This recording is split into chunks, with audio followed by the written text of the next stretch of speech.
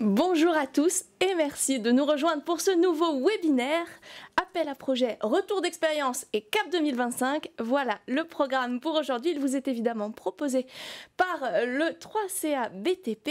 Avant de démarrer, un petit coup d'œil au sommaire. Dans un instant, Isabelle Joannin-Perrin, directrice des appels à projet et expérimentation, sera avec nous puisque c'est elle qui a piloté le déploiement du plan stratégique développe BTP du 3CA BTP. Et puis nous accueillerons dans une deuxième partie Violette Delabre. Elle est chargée de projet formation de BTP au CFA Hauts-de-France. Son expérience, les retombées du projet réalisé grâce au financement du 3CA BTP, c'est dans quelques minutes. Et puis qui dit fin d'année dit premier bilan de l'année écoulée. En fin d'émission, nous nous projetterons vers l'année 2025 qui arrive à grands pas. Ambition, objectif, projet, vous saurez tout. Voilà pour le programme. Je vous propose d'attaquer tout de suite. C'est parti.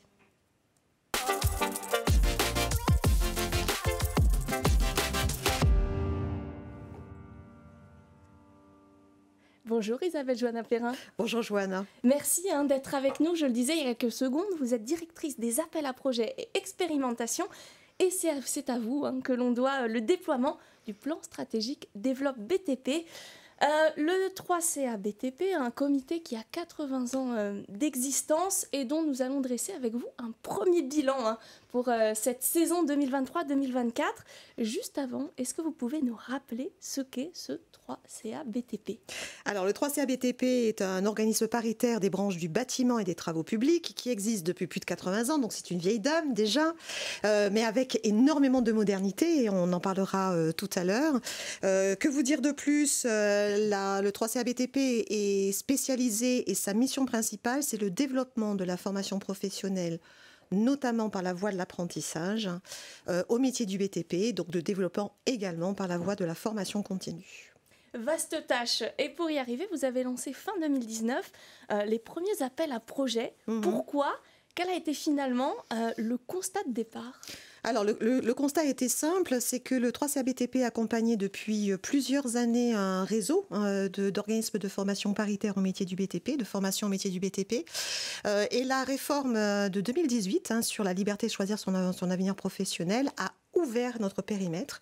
Et au lieu d'être en contact avec seulement, entre guillemets, 77 organismes de formation au métier du BTP, ça a ouvert effectivement à une concurrence plus accrue puisqu'on peut suivre plus de 1450 organismes de formation au métier du BTP aujourd'hui. Donc ça a changé notre périmètre aussi de financement et de promotion de 3CA BTP.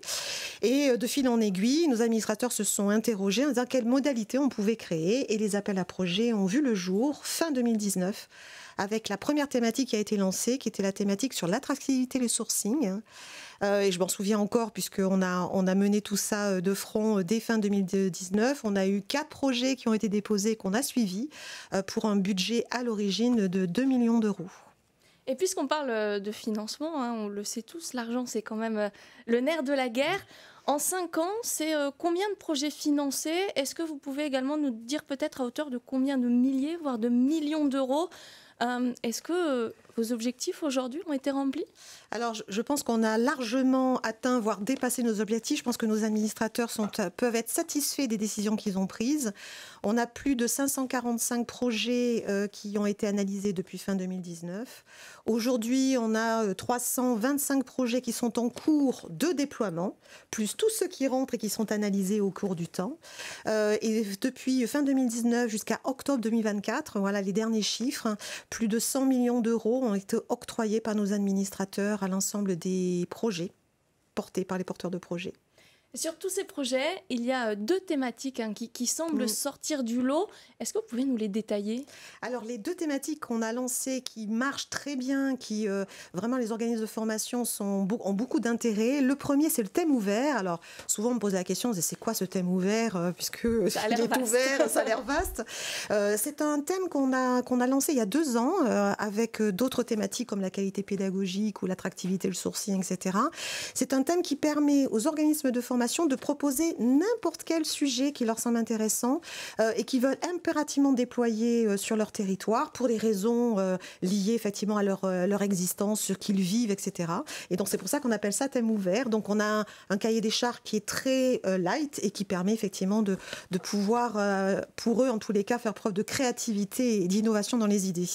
Alors on va détailler le deuxième que j'oublie pas, bien sûr, les investissements innovants. Parce que là, je vais faire taper sur les doigts.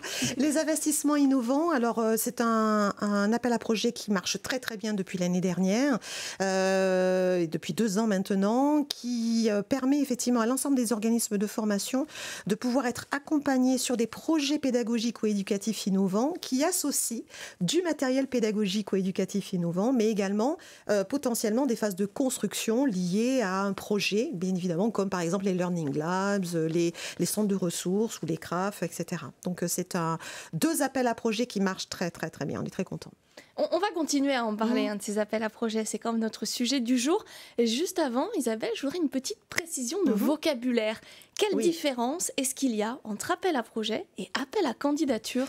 Alors Johanna, je suis contente que vous me posiez la question parce que ça n'a strictement rien à voir. Donc les appels à projets, c'est que le 3CA BTP émet des thématiques sur lesquelles il veut pousser sur le territoire en disant voilà, si vous avez des sujets sur la qualité pédagogique ou sur l'attractivité et sourcing, proposez vos projets. Dans ce cadre-là, les porteurs de projets sont propriétaires de tout ce qu'ils développent au niveau de leur projet. Le 3CA BTP se positionne comme cofinanceur des projets qui sont développés.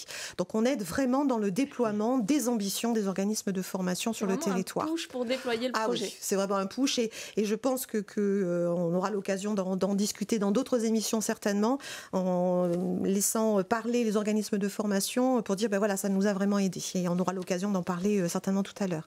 Les appels à candidature, c'est une autre façon de voir les choses, c'est de dire que le 3CA BTP depuis des années donc est spécialisé et met vraiment l'accent sur l'innovation pédagogique et l'innovation stratégique dans la volonté bien évidemment de développer la qualité de la formation et à développer une expertise. Cette expertise, alors je mets expertise avec un E majuscule, c'est-à-dire les expertises du 3CA BTP qui sont poussées sur le territoire. Et là, les organismes se disent, moi j'ai besoin d'avoir l'appui du 3CA BTP pour telle et telle expertise, exemple la modularisation des parcours de formation, exemple le recrutement des apprentis ou d'autres types d'exemples. Comme le 3CA BTP a l'expertise, ça permet effectivement aux porteurs de projets et aux candidats de pouvoir mettre en œuvre le dispositif poussé par le 3CA BTP. Et là encore, on les aide, bien évidemment, en leur octroyant une subvention leur permettant de déployer le dispositif sur le territoire pour que ça aille plus vite, mieux et qu'ils soient effectivement prêts pour les enjeux qu'ils doivent relever sur le terrain. En tout cas, on vous écoute et on a très envie de participer. Ah, mais il faut. Pour ceux qui nous regardent, justement, qui voudraient se lancer, comment est-ce qu'on peut faire ? Il suffit de vouloir et on est là pour eux. On a mis en place une plateforme d'appel à projet qui s'appelle la plateforme d'appel à projet du 3CA BTP. Donc ça se fait en ligne. Ça se fait en ligne. On a tout un accompagnement, donc on fait des webinaires, on fait des réunions régulières pour expliquer les thématiques et les sujets qui sont poussés pour les années futures. Donc le prochain webinaire sera prévu en janvier, notamment pour parler des thématiques pour 2025. Et l'équipe est là pour répondre à toutes les questions et on est là pour les aider de A à Z à développer et à poser leurs projets pour qu'on puisse effectivement les étudier. Eh bien, merci beaucoup Isabelle Joannin-Perrin pour ces premiers mots. On vous retrouve dans quelques secondes. Maintenant qu'on a fait de la théorie, je vous propose de passer à la pratique. On va parler de ces projets, de leur conception, des bénéfices également apportés par le 3CA BTP avec un organisme de formation qui est représenté. On le retrouve tout de suite.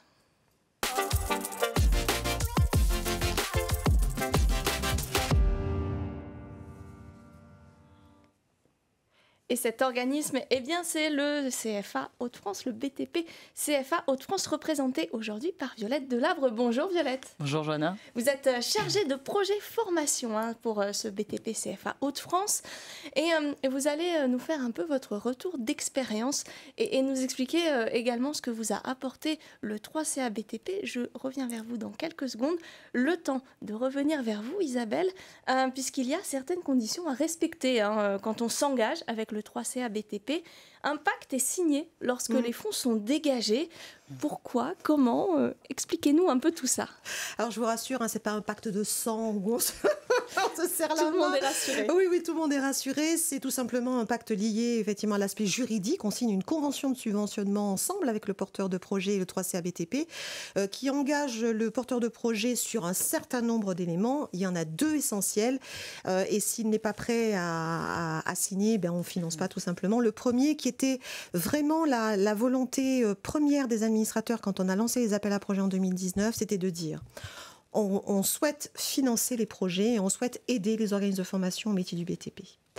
La condition, c'est que tout ce qui est développé dans le cadre de ce projet, que ce soit les résultats, que ce soit les productions, que ce soit les livrables, doivent être partagés gratuitement à l'ensemble des organismes de formation au métier du BTP.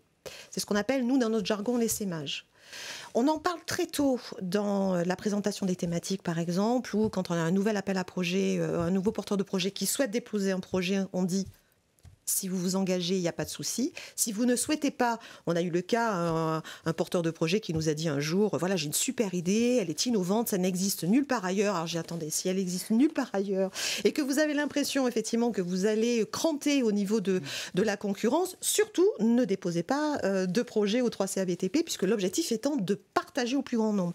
Pourquoi l'idée de partage? C'est de dire que ce qui est financé d'un côté doit bénéficier à l'ensemble des organismes qui du coup viennent chercher ce qui a été développé sur le recrutement, par exemple, etc. Ça les inspire, ils mettent moins de temps pour déployer chez eux et ils mettent moins d'argent pour le déployer, bien évidemment. Ça, c'est la première chose.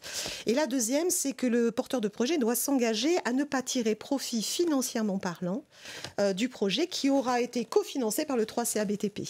Donc, par exemple, vous avez une idée d'un logiciel ou d'une application et vous vous dites, c'est jackpot, je vais pouvoir vivre pendant 25 ans grâce à cette application. Ce n'est pas vers le 3CA BTP qu'il faut se tourner puisque cette application doit être open source, par exemple, pour permettre au plus grand nombre d'en bénéficier. On sent vraiment cette volonté de développer la formation et finalement d'en permettre l'accès au plus grand nombre. C'est tout à fait ça. C'est la volonté du 3CA BTP. On est là pour tout le monde. Et on veut effectivement créer cette synergie à travers les appels à projets et l'essaimage et à travers les appels à candidature. Et c'est essentiel pour nos administrateurs. Et justement, on va passer dans le concret avec vous, Violette. Vous nous présentez un projet qui s'intitule Initiative pédagogique éco-responsable. En quelques mots, qu'est-ce qui se cache derrière cet intitulé ? Effectivement, l'intitulé peut être un petit peu mystérieux. Donc, ce qui se cache derrière cet intitulé, c'est l'installation de stations de nettoyage de rouleaux de peinture. Donc voilà, dit comme ça, ça paraît très simple, mais en fait, ça part d'un constat qui est que dans les formations de peinture, le temps alloué au nettoyage du matériel était vraiment très important parce que aller à l'évier, c'était aussi beaucoup d'utilisation d'eau qui était perdue, le traitement de l'eau aussi. Selon les types de peinture utilisés. Enfin, c'était vraiment aussi un enjeu écologique et puis un enjeu de gain de temps. Donc l'idée était de développer et d'installer des stations de lavage qui sont en fait en circuit fermé. Donc sans utilisation d'eau, avec un produit à l'intérieur qui permet un nettoyage correct des matériaux le plus vite possible, parce que forcément quand on utilise du jaune et puis que juste après on doit utiliser du rouge, faut aussi soit avoir beaucoup de matériel, soit pouvoir le nettoyer efficacement et rapidement. Donc le projet est parti de ça et s'est concrétisé grâce au 3CA BTP, et aujourd'hui c'est une vraie réussite puisqu'on a recommandé des machines en supplément du fait de l'utilisation des premières. On va détailler tout ça et revenir sur ce projet juste avant, parce que ça fait quand même très envie. On gagne du temps, on sauve la planète. Moi, je trouve que c'est plutôt un bon programme. On va pousser un petit peu les explications en vidéo, quelques images, et on revient tout de suite. Réalisation, ce qui nous a donné l'intérêt de pouvoir prendre la machine et d'utiliser la machine, c'est qu'on utilisait énormément d'eau sur des exercices d'application de peinture. On a essayé d'associer sur certains exercices plusieurs teintes. Donc effectuer dans ce cas-là plusieurs réchampis, faire des tracés, faire des réchampis, des choix de teintes. À chaque fois qu'on avait fini de peindre une couleur, il fallait forcément aller nettoyer la brosse, nettoyer le rouleau. Donc avec une utilisation là, qui passait entre à peu près 3-4 minutes d'utilisation d'eau au lavabo, on a pris conscience rapidement que cette partie-là nous obligeait à consommer énormément. On a cherché des solutions et Et notamment, on a été approché un peu par Enviro Plus, mais aussi, moi, j'avais été à Tulle faire une formation et j'avais vu la démonstration de la machine là-bas. Donc, ça a fait qu'on a repris contact, on a vu l'intérêt de la machine qui nous permet justement de pouvoir nettoyer rapidement le rouleau ou la brosse et de le réutiliser tout de suite, sans utiliser d'eau. Oh, ça a pris, alors ça s'est formalisé dans le temps, parce que cette vision, on l'a eue avant le Covid, et forcément le Covid faisant, rien ne s'est remis en place, donc on a repris les démarches au retour du Covid, en disant il faut qu'on se mette en place. On avait réaménagé à partir de ce moment-là l'atelier sur Roubaix, et on s'est dit pourquoi pas enlever des bacs d'eau et mettre une machine. Voilà pour ce témoignage sur les raisons d'exister finalement de ce projet pédagogique. Violette, que vous a apporté le 3CA BTP pour mener à bien ce projet ? Le 3CA BTP, sur ce projet-là et sur tous les projets qu'on a la chance de mener avec eux, nous apporte beaucoup d'expertise. Déjà au lancement du projet, avant même de formaliser la demande, il y a vraiment un suivi, une écoute et une aide qui est très précieuse, parce que forcément ils ont plus de connaissances que nous sur certains sujets, et du coup c'est vraiment très précieux pour nous. Et puis bien entendu le soutien financier qui n'est pas négligeable, qui permet aussi de réaliser des projets qu'on n'aurait pas forcément les moyens de réaliser, ou pas tout de suite, pas aussi vite, pas dans de si bonnes conditions. Donc c'est vraiment ces deux aspects qui sont très importants pour nous dans la relation avec le 3CA BTP, et puis toujours une relation qui est très facile, une communication très, très simple, et c'est agréable aussi. C'est extrêmement intéressant de voir qu'ils vous ont accompagné bien plus loin finalement que sur le simple aspect financier, simple entre guillemets évidemment, mais ça a été un accompagnement très global finalement. Oui, et c'est le cas sur tout ce qu'on mène avec le 3CA. J'ai l'impression, en tout cas depuis que je travaille au BTP CFA, que vraiment la relation est réelle, et qu'elle n'est pas juste une relation financière, mais vraiment une relation humaine et une relation de travail. On est là aussi pour les apprentis, et je pense qu'on partage pour le coup totalement cette volonté. C'est le meilleur pour nos jeunes. Si vous devez synthétiser finalement ce retour d'expérience, ce sont les trois piliers, la communication, l'aspect financier et cet accompagnement un peu 360 ? Oui, complètement. Ce serait ça. Et puis vraiment le fait que ça donne envie de continuer, d'aller plus loin et toujours plus loin. Et puis aussi, on en reparlera certainement après, mais le retour des jeunes, l'investissement des jeunes, des formateurs, et puis des entreprises, parce que nos jeunes sont aussi les futurs entrepreneurs. Et puis les entreprises qui voient leurs jeunes aussi évoluer se disent que peut-être eux aussi peuvent évoluer. Et donc finalement, ça dépasse le seul apprentissage de nos apprenants. Ça va plus loin, et peut-être ça permet aussi au monde, entre guillemets, en tout cas au monde professionnel, d'évoluer plus vite que s'il n'y avait pas eu ces expériences. Donc c'est bingo, c'est gagné. Vos élèves, vous les avez sentis stimulés par tout ça ?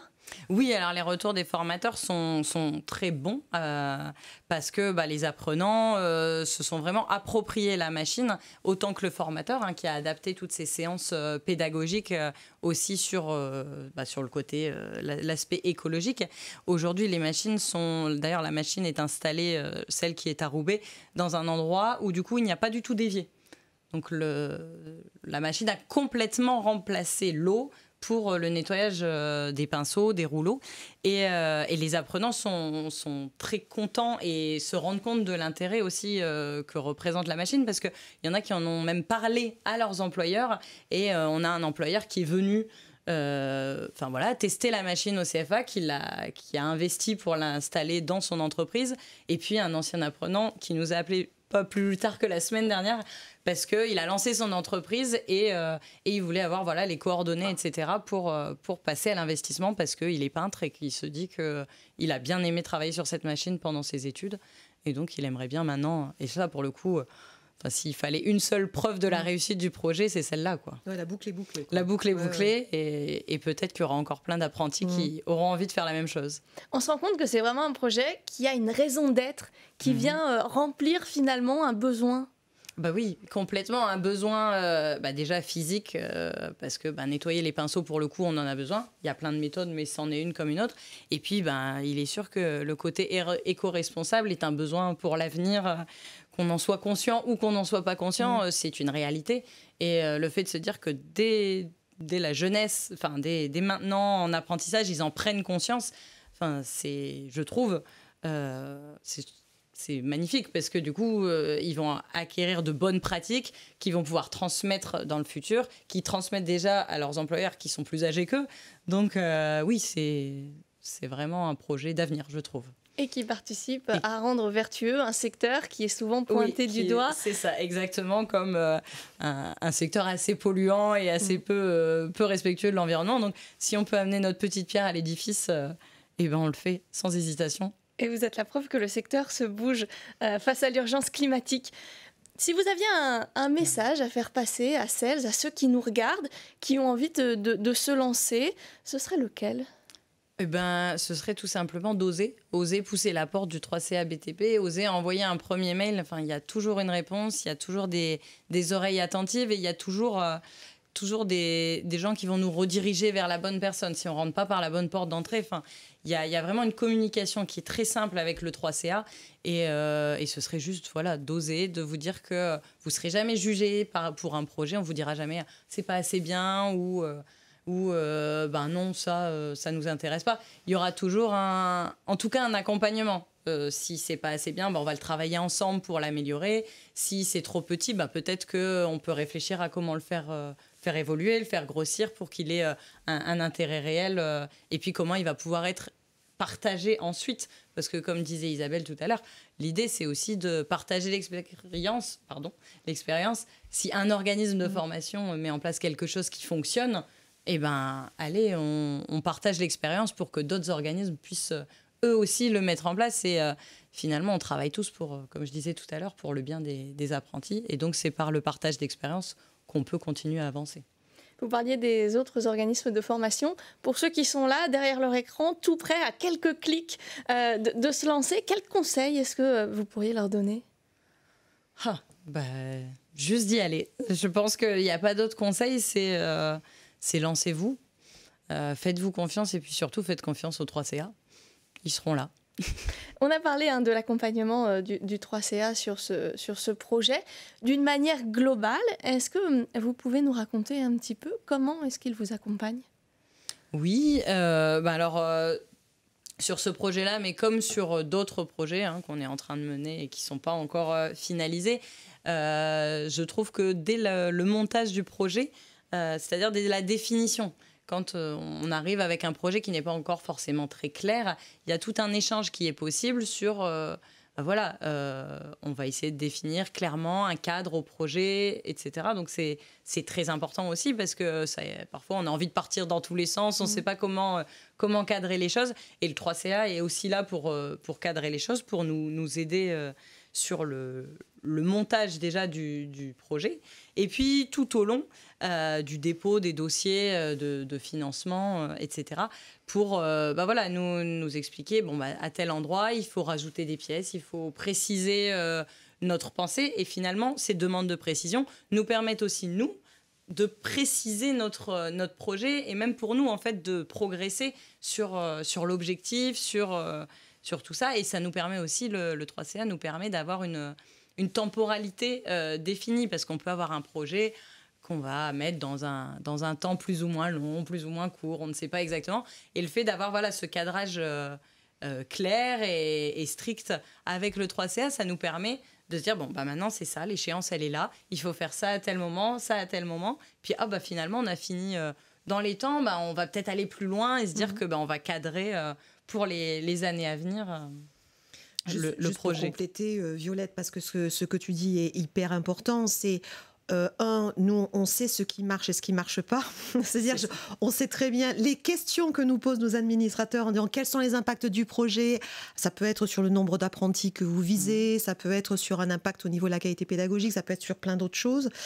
Et le deuxième point important, c'est qu'on a de plus en plus de projets qui se terminent. Donc, heureusement. Donc on en a plus de 70 aujourd'hui qui sont terminés.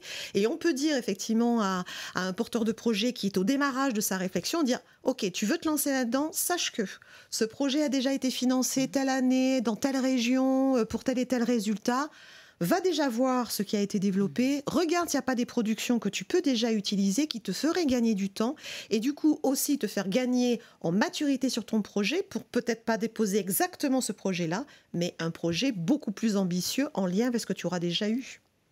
Et encore une fois, on voit que ce partage finalement fait avancer plus vite et un peu plus loin. Exactement. Et sur l'idée d'avancer encore plus loin, ce qui est fort aussi avec le 3CA, c'est que parfois ils mènent des expérimentations auxquelles on peut participer et qui permettent en fait, avant même de lancer des projets, tout ça, de travailler sur des expérimentations qui pourront peut-être, si elles sont des réussites, être généralisées aux organismes de formation. Là, on est sur une expérimentation en ce moment et c'est vraiment très intéressant déjà de pouvoir être là-dedans avant même que ça existe et se dire que on participe aussi grâce au 3CA à l'évolution de nos métiers, à l'évolution des pratiques et que c'est vraiment un travail collaboratif. Et oui, je voulais souligner d'ailleurs à travers l'expérimentation, parce qu'on est 3 directions à travailler sur l'expérimentation. Donc un coup de chapeau à notre direction des politiques de formation et innovation pédagogique qui a mis en place l'accélérateur pédagogique. Ça, c'est la première direction. La deuxième, c'est la direction du développement et du marketing et de l'innovation stratégique. Et puis ensuite, la direction des appels à projets. Donc ça permet effectivement d'avoir ce panel assez large d'appui et d'aide du 3CA BTP sur l'aspect métier notamment. Merci Isabelle et merci Violette Delabre pour votre témoignage passionnant. Alors, vous l'avez dit, des projets arrivent, puisque l'année 2024 se termine, l'année 2025 arrive. On va se pencher justement pour tout ce qui vient pour le 3CA BTP tout de suite.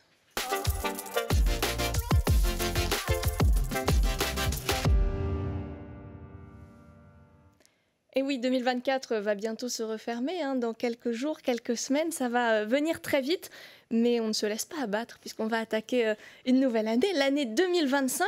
On va voir quelles perspectives à venir avec vous, Isabelle.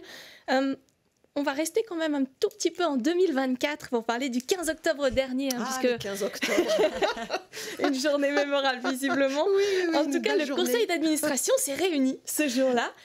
Qu'est-ce qui est ressorti de tout ça ? Alors déjà, je vous rassure, Johanna, notre conseil d'administration se réunit tous les mois. Mais il est vrai que le 15 octobre a été marqué par une décision forte dans notre conseil d'administration sur un sujet sur lequel nous réfléchissons depuis plus d'1 an.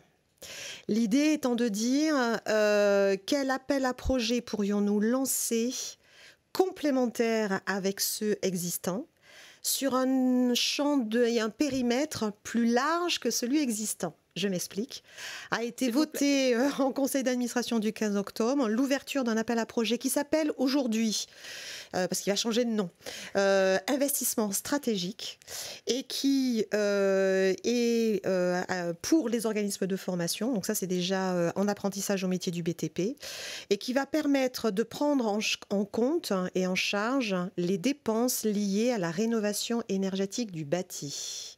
C'est-à-dire que le 3CA BTP, toujours dans cette vision d'ensemble et d'innovation, se dit il faut aider nos organismes à répondre aux enjeux du décret tertiaire ou du décret BAX, par exemple, et c'est de dire comment on peut les aider.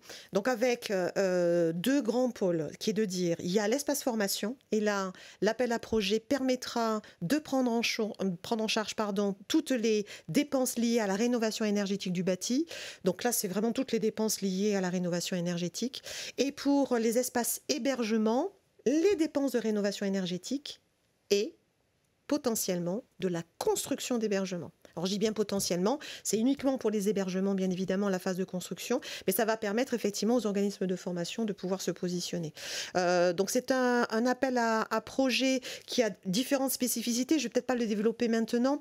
L'idée, c'est quand on va présenter un webinaire spécifique là-dessus, de bien dire voilà les contraintes, voilà comment ça marche, etc.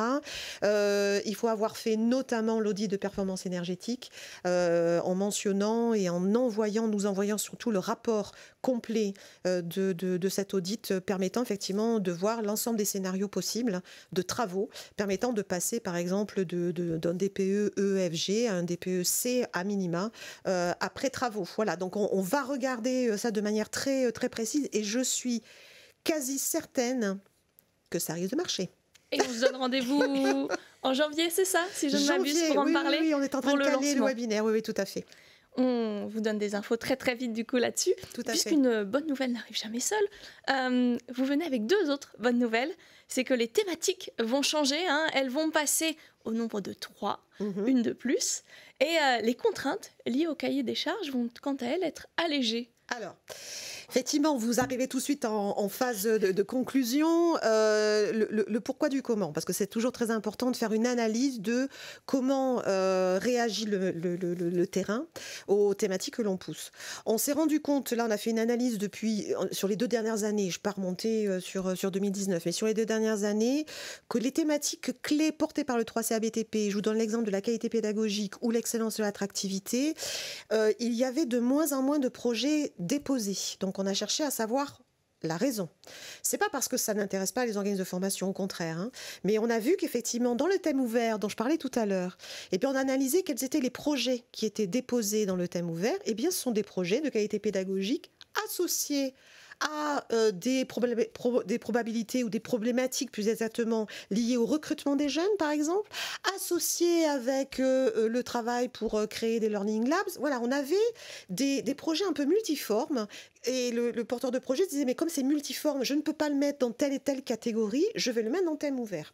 Fort de cette conclusion, on s'est dit, on va pas chercher midi à 14h, on va faire un thème ouvert à l'intérieur duquel il y aura de la qualité pédagogie, excellence, attractivité, l'innovation, etc., etc.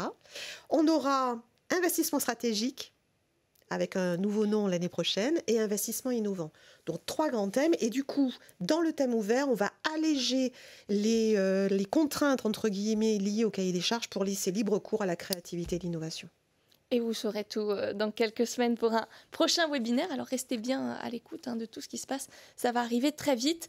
Isabelle, pour conclure, eh bien, c'est presque le moment des résolutions. Qu'est-ce qu'on peut vous souhaiter pour l'année prochaine ? Alors, plein de cadeaux. Non, pardon. Ça, c'est pour Noël. Ça, c'est pour Noël. Oh, mais pas l'année prochaine, on ne peut pas avoir de cadeaux non plus. C'est encore plus d'organismes bénéficiaires des appels à projets, appels à candidature. Aujourd'hui, on est à 220 ou 230 à peu près organismes qui sont bénéficiaires. Je pense qu'on peut aller encore plus loin sur les 1450. La première chose. Et donc, effectivement, avoir une multitude de dossiers à étudier parce qu'on adore l'innovation et on adore aider nos bénéficiaires et je vais les appeler nos clients, parce que quelque part, ce sont quand même nos clients, on a une vraie relation forte avec eux, c'est important. Et puis, comme c'est la conclusion, je voulais en profiter pour remercier ma toute petite équipe qui aide au quotidien l'ensemble des porteurs de projets et des organismes de formation dans la montée en puissance à la fois de leurs compétences, de leurs projets, etc., pour aider un maximum, parce que c'est chapeau bas. C'est pas facile tous les jours, mais ils sont là. Donc, je voulais les remercier. Et c'est pas fini. Merci beaucoup Isabelle Joannin-Perrin pour votre accueil ici dans ces studios et pour votre participation. Merci aussi à vous Violette Delavre pour votre témoignage, votre partage d'expérience sur votre projet. Merci aux équipes techniques pour la réalisation de ce webinaire.